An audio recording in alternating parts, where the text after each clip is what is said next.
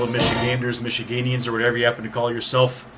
I am so excited for the start of this football season. I'm just itching with anticipation, and the fact that the NFL is starting a week early, I love it. I know a lot of people don't like the 17-game regular season, but I'm sure everybody's happy that football is starting next week. Feels like it's been a long off season. I'm ready to go again. So I think one of the main storylines for the Detroit Lions after this preseason, a lot of the rookies played really well. You know, Derek Barnes was terrific at the linebacker spot, getting a sack. Ozurike and McNeil both were terrific at the tackle spot. That's something we desperately needed. Uofontu has looked really good at the cornerback spot. Jefferson showed some flashes at running back. Everybody from Holmes' draft class so far has looked pretty good.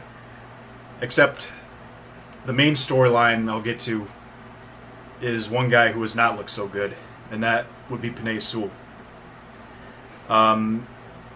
At first, I was really concerned because, you hear all the reports about him being a generational talent. You watch the highlight tapes of him playing at Oregon under Mario Cristobal, and he looked absolutely terrific. He is very athletic. He can get out in space, and my opinion on that has not changed. I still think he could be a great tackle in the NFL.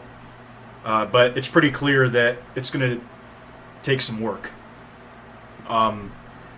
Even with a poor preseason play, there's still flashes. There's still some moments where you say, this guy can really move his feet. This guy is a great athlete. But I'm going to get to what I think the main problem with Sewell is. I'm hearing too many people call him a bust. I think it's way too early to call him a bust, especially considering the guy's 20 years old. The guy hasn't played football for a year. The guy is switching from left tackle to right tackle, and I think that's one of the main reasons why he is struggling. A lot of people don't think that they should have moved him to right tackle. They should have kept him at left tackle and instead moved Decker to right tackle. I'll be honest with you, I actually think this is the right move because I guarantee you they tried to work on that in practice. And look, it's been a while since Decker has played right tackle, so who's to say that that would go any better? It's a completely different position, and it's pretty clear to me that it takes the footwork is a lot different. It's almost like trying to write left-handed versus right-handed. Your first step coming out of your stance is a lot different. And I guarantee you they've tried it in practice and it just hasn't worked out. But watching these preseason games, I think that's Sewell's exact problem is he just looks very mechanical, very robotic out there. And it's not entirely his fault. He's playing a position that he hasn't ever played. He's still very young. He doesn't quite have the experience that Rashawn Slater has. Slater is a couple of years older than him. Slater is a little more technically sound than Sewell, whereas Sewell is more of a raw athlete. And I don't think people were expecting that coming out of the draft, but I think watching the film, that's what he is. He's a very good athlete for his size, just needs some work on his technique and his fundamentals, and I'm going to show you too. I think these highlights should be encouraging because they show what Penei Sewell can be, but just what he's not yet. If he gets some very good coaching, he could be a great tackle. And the fact of the matter is, when you're facing up against guys like Melvin Ingram, even Greg Rousseau was one of the best defensive ends in college football. It's a totally different game. And this is the first time he's ever faced these elite defenders. And it's natural that you're going to struggle a little bit, especially when you move from left to right. So let me break down some of the film and some of the things I noticed about his technique.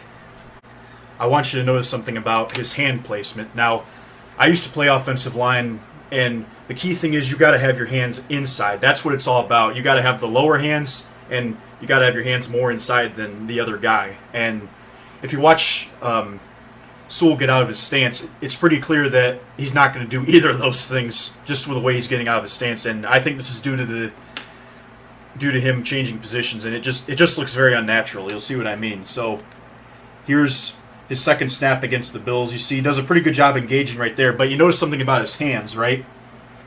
He's up kind of high, he's kind of bent over like this, and his hands are out, and they're kind of high. You see his hands are out wide, and you see Rousseau's hands are inside. And Rousseau's going to win this battle because you notice how he gets the inside leverage on Sewell. That's just Sewell not doing a good job of getting his hands inside, instead almost looking like he was about ready to bear hug him. And you can see right there, just gets pushed right back into the quarterback.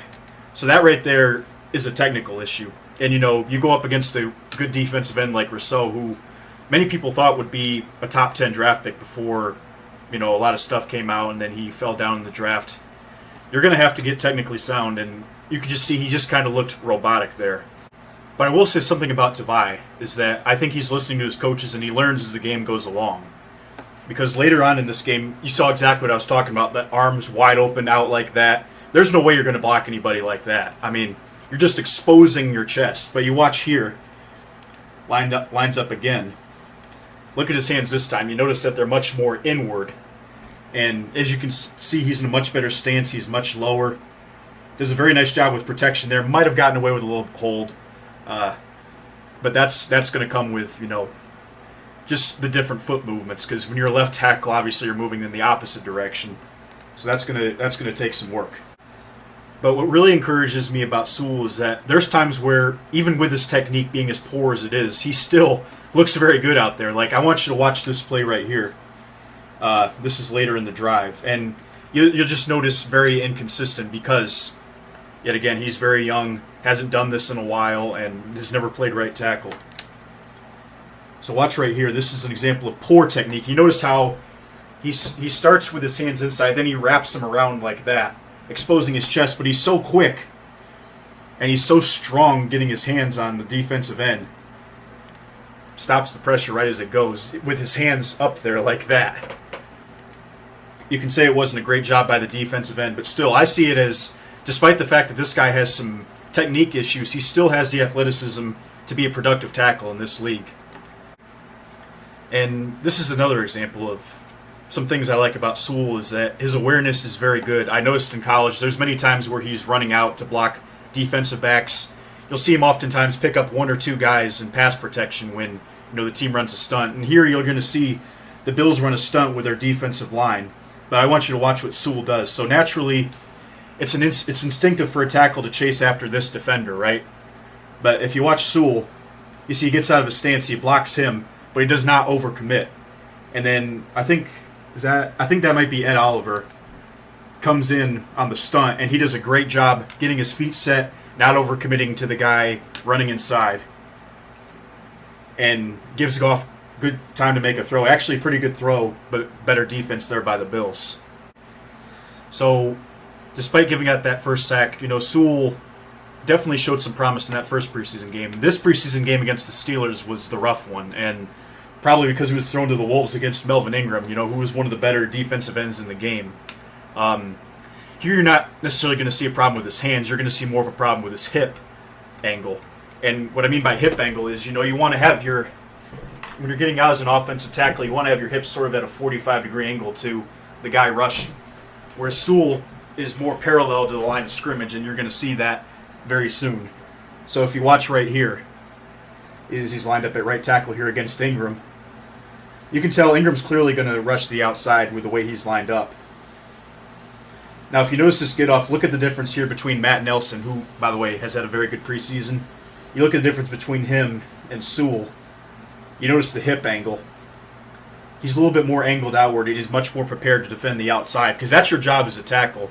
You got to defend the outside first. If they get inside, then the quarterback can roll out. The guard or the running back can pick him up. Your job is to stop that defensive end from getting outside and making the sack. And you can see Sewell right there was parallel to the line of scrimmage, and the second that Ingram made the turn, Sewell was completely unprepared for it because of his positioning. If his positioning was better there, he would have probably kicked out Ingram, and then wouldn't have been an issue. But you see right there, Ingram doesn't get the sack, but he gets the pressure on the quarterback, and you can see right there, if that happens way too much, it's going to be very hard for the quarterback. So that's just another thing Sewell needs to work on, other than just his hand placement, is also his hip rotation, making sure his hip is at the right angle and not just going flat to the line of scrimmage, because these guys are a lot faster than those Pac-12 guys. It's okay to cheat a little bit and let the guys run upfield, because that's what these guys do. You're not going to stop guys in their tracks like they always do, and like he always did in the Pac-12. So that's the most glaring thing I saw from this game. All right, and this is the last play we'll show from the Steelers game, but this is another instance of Sewell just having poor technique. This is actually a run blocking play, and I think it's designed to go to the right side, and it actually turns out to be a pretty good gain, I think. But if you watch Sewell right here against Ingram, you'll notice something. This looks, so to me what this looks like is a reach block. He's trying to get this shoulder on his outside shoulder to prevent him from going outside. But if you notice how flat up he's standing as he's going into him. He kind of is running into him like this. That's not how you block. And as you can see, he gets blown up right there simply because Melvin Ingram is the lower man. So I think that's just an example of, yet again, I'm saying this a billion times, but he's just unfamiliar with the technique of playing right tackle. And when you look robotic out there, you tend to make mistakes like that. You're thinking about getting your hands inside, and then next thing you know, you're standing straight up. Then you think about getting lower, and then you're bear hugging him like this. It's trying to get a bunch of moving parts working at once, and that's why tackle is one of the most difficult positions to play in the NFL, and why I think Sewell will be a project for at least a year. All right, now this last play I'm going to show you might have been one of Sewell's worst plays in the entire preseason. So this, I think we all know exactly what I'm talking about. Boyle, part of the reason why he got hurt. And this is arguably the play, too, that got Tyrell Crosby cut. I think everyone knows what this is. So it's a 3rd down and 11, obvious passing situation. Here's Sewell lined up right here. And yet again, I mentioned the hip rotation. Here might have been one of the worst examples of it. So you see kind of dancy footwork right there, almost unsure exactly where to go. Instead of making a more natural step back like out of a stance like that, he kind of was like, and didn't really gain any ground using those snaps. So he pretty much gives this guy a free rein to the outside. You notice his hip angle is not very good. His feet are not very wide apart. This is just not how you should look as an offensive lineman. And I'm not trying to be too hard because, yet again, he's learning on the spot. And I kind of want this video to help calm people down a little bit, because I know a lot of people are worried about Sewell being a bust, and I'm here to tell you that it's way too early to call him that, because this isn't the result of someone who's not good enough. This is a result of someone who does not know the technique yet.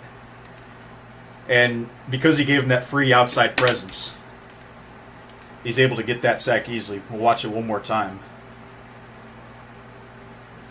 Yet again, hand placement, not very good. Hands are high, body is high. He was just in a terrible stance right there. And that's just going to come with reps. That's just going to come with practice. So the whole point of this video is, I think this has been a great preseason for every single Lion. And Sewell has not played well, but I think it's been a great preseason for him too, because he's gotten some very, very high-quality reps. And I want to send a thank you note to the Pittsburgh Steelers for lining up Melvin Ingram against Sewell, because I think that got him the best reps that he could possibly get going into the season. And if he's going to have to face Nick Bosa week 1, that's going to be very tough. But you know what? The fact of the matter is, Sewell has some work to do, but there's also moments on this highlight tape that I like. There's moments where he shows off his speed. His feet are very quick. It's just a matter of getting everything down correctly. And I'm excited to watch this guy in the regular season, him lined up to the next side of Taylor Decker. I think as the season goes on, he'll get a lot better too. And you have to remember this too. Frank Nuragnow really struggled his first year as a center, and now he's one of the best centers in the league. So it's clear that playing the offensive line, it takes some time to learn. And it's a huge adjustment going from college to the NFL, especially as a lineman. So it's just going to be a learning curve, and I'm willing to see how he does this season before I call him a bust. And I don't think it's fair to label him as that at this point in the preseason. If you look at it too, Jamar Chase has not looked very good either. He didn't play for a whole season. And then you look at Rashawn Slater, he's looked pretty good, but he's also a couple years older than Sewell, and he's also staying at the left tackle spot. The Lions are lucky enough to have a left tackle that's very good in Taylor Decker, so it wouldn't really make any sense to mess that up. If Sewell's technique can get a lot better, he can be one of the best tackles in the league, but it's going to be a little bit of a project, and the Lions are just going to have to be patient. Slater would have been the better pick had the Lions wanted to win now, but Brad Holmes didn't draft this team to win now. He drafted this team to win in the future. and picking up 4 first-round picks for the next 2 years, that signifies that exactly, that this is about the future. So I'm not super worried this season. If it's year 2 or 3 and Sewell is still looking robotic, still not getting it done, kind of like Tavai, then yeah, I'd say he's a bust. But after 3 games, it's way too early, and I'm just very encouraged from what I've seen in the Lions this preseason. Despite the 0-3 record, there's definitely some guys that are making their names known, and a lot of guys that Holmes has drafted making their names known. All right, thank you all for listening. We're going to make some videos later this week about a Western Michigan preview of the Lions game. We got lots of gridiron football coming up soon, and I cannot wait. Thank you all for watching. Go Lions, and take care.